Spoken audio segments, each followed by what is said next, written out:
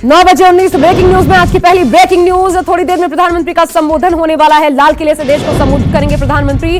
गुरु तेग बहादुर के 400वें प्रकाश पर्व के समारोह पर देश को संबोधित करेंगे पीएम मोदी। प्रकाश पर्व पर एक विशेष सिक्का, डाक टिकट भी जारी करेंगे। आपको बता दें, पहला मौका है जब प्रधानमंत्री किसी धार्मिक कार्यक्रम को लाल किले से संबोधित करेंगे। अब अगली बिग ब्रेकिंग, जहांगीरपुरी हिंसा से जुड़ी बुलडोजर पर सुप्रीम कोर्ट ने ब्रेक लगा दिया।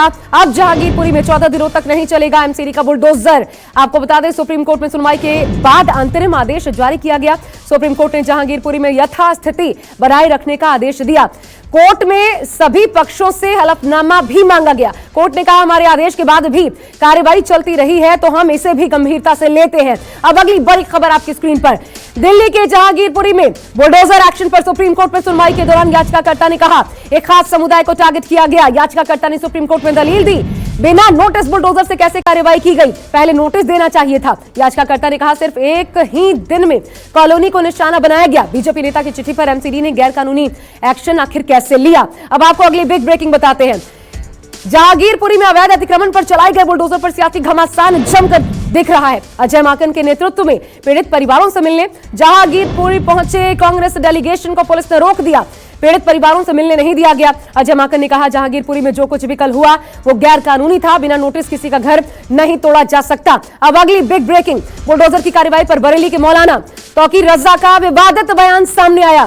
तौकीर रजा ने प्रधानमंत्री मोदी पर निशाना साधा और उनकी तुलना धृतराष्ट्र से की है। प्रधानमंत्री मोदी महाभारत के धृतराष्ट्र हैं, ऐसे में हिंदुस्तान में महाभारत होने से कोई नहीं रोक सकता। तौकीर रजा ने चेतावनी देते हुए कहा, जिस दिन मुसलमान सड़कों पर आएगा उस दिन किसी से संभलने वाला नहीं है। अगली बड़ी खबर, अंतरिम रोक के आदेश के बाद कांग्रेस ने केंद्र सरकार पर जोरदार हमला बोला। रणदीप सुरजेवाला ने मोदी सरकार को निशाने पर लेते हुए सवाल पूछा, क्या इस देश में कानून बचा है? सुरजेवाला ने कहा, यह देश का दुर्भाग्य है। देश चुनी हुई सरकारों से नहीं बल्कि बुलडोजर से चलाया जा रहा है। सरकार ने कार्रवाई का मापदंड धर्म को बना लिया है। अब अगली बिग ब्रेकिंग, दिल्ली के जहांगीरपुरी में बुलडोजर कार्रवाई के खिलाफ यूथ कांग्रेस का प्रदर्शन। यूथ कांग्रेस ने केंद्रीय मंत्री हरदीप पुरी के आवास का घेराव किया। पुलिस ने कांग्रेसी कार्यकर्ताओं को हिरासत में लिया। नाराज कार्यकर्ताओं ने कहा, सरकार इस देश में मोगैम्बो का काम कर रही है। अगली बड़ी खबर, हिंसा मामले में एक्शन में अमित शाह। 3 और गिरफ्तार आरोपियों के खिलाफ एनएसए लगाने की तैयारी है। दरअसल वहीं सूत्रों के हवाले से खबर है, जहांगीरपुरी हिंसा में बाहरी लोग भी शामिल थे।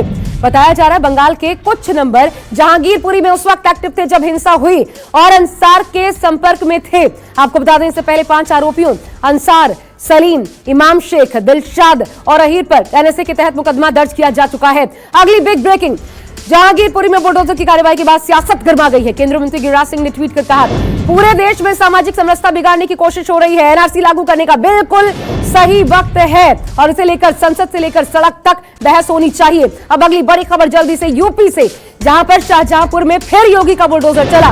पूर्व विधायक रोशन लाल वर्मा के हॉस्पिटल पर बुलडोजर चलाया गया। बताया जा रहा, प्रशासन के पास शिकायत मिली थी, रोशन लाल वर्मा की एक बिल्डिंग और प्लॉट पर अवैध निर्माण है। इसके बाद बुलडोजर से बिल्डिंग को ढहा दिया गया। आपको बता दें, रोशन लाल वर्मा बीजेपी छोड़ एसपी में शामिल हुए थे तब जब स्वामी प्रसाद मौर्य ने बीजेपी का दामन छोड़ा था। अगली बड़ी खबर, लाउड स्पीकर के मुद्दे पर महाराष्ट्र के निर्दलीय विधायक रवि राणा ने सीएम उद्धव ठाकरे को चेतावनी दी। उन्होंने कहा, मुख्यमंत्री आवास के बाहर करूंगा हनुमान चालीसा का पाठ। रवि राणा ने कहा, मुख्यमंत्री उद्धव हनुमान चालीसा का पाठ करे, वरना वो अपने समर्थकों के साथ सीएम आवास के बाहर खुद जोर जोर से हनुमान चालीसा का पाठ करेंगे। अब अगली बड़ी खबर देखिए, 2 दिन के भारत दौरे पर पहुंचे ब्रिटेन के पीएम बोरिस जॉनसन। उन्होंने बदोदरा के हलोल में जेसीबी प्लांट का उद्घाटन किया।